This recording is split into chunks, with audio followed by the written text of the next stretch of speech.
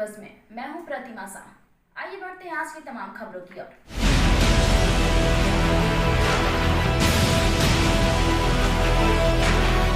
देश के प्रथम राष्ट्रपति डॉक्टर राजेंद्र प्रसाद की महान शख्सियत की चर्चा देश ही नहीं बल्कि विदेशों में भी होती है।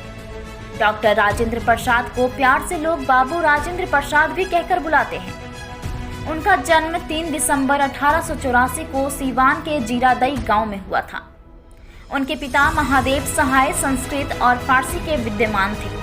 उनकी माता कामलेश्वरी देवी एक धर्मपरायण महिला थी। 5 वर्ष की उम्र में ही राजेंद्र बाबू ने एक मौलवी साहब से फारसी में शिक्षा ग्रहण करना शुरू कर दिया। उसके बाद वो अपने प्रारंभिक शिक्षा के लिए छपरा के जिला स्कूल गए। राजेंद्र बाबू का विवाह उस समय की पार्टी के अनुसार बाल्यकाल में ही लगभग 13 वर्ष की उम्र में राजवंशी देवी से हो गया। विवाह के बाद भी उन्होंने पटना के पीके घोष एकेडमी से अपनी पढ़ाई जारी रखी। 18 वर्ष की उम्र में उन्होंने कोलकाता विश्वविद्यालय की प्रवेश परीक्षा दी। उस प्रवेश परीक्षा में उन्हें प्रथम स्थान प्राप्त हुआ। साल 1902 में उन्होंने कोलकाता के प्रसिद्ध प्रेसिडेंसी कॉलेज में दाखिला लिया। उनकी प्रतिभा ने गोपाल कृष्णा गोखले और बिहार विभूति अनुग्रह नारायण सिन्हा जैसे विद्वानों का ध्यान अपनी ओर आकर्षित किया। 1915 में उन्होंने स्वर्ण पद के साथ LLM की परीक्षा पास की और बाद में लॉ के क्षेत्र में उन्होंने डॉक्टरेट की उपाधि भी हासिल की। राजेंद्र बाबू की पढ़ाई फारसी और उर्दू से ही शुरू हुई थी। फिर भी उन्होंने BA में हिंदी ही ली।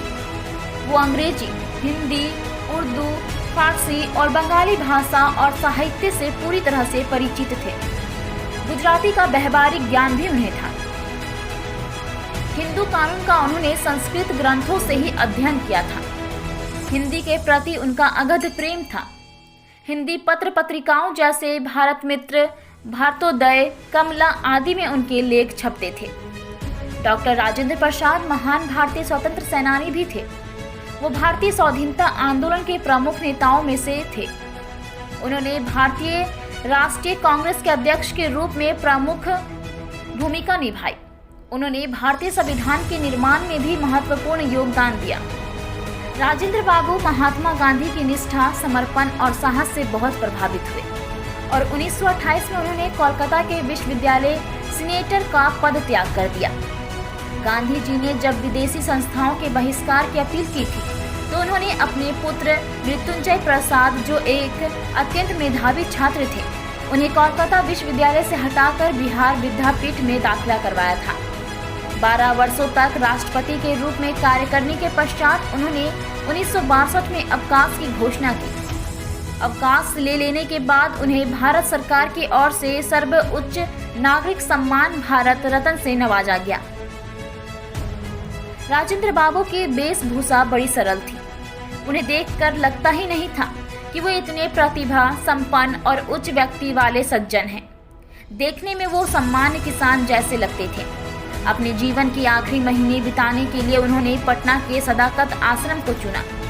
28 फरवरी 1963 को वो हम सबको छोड़कर चले गए।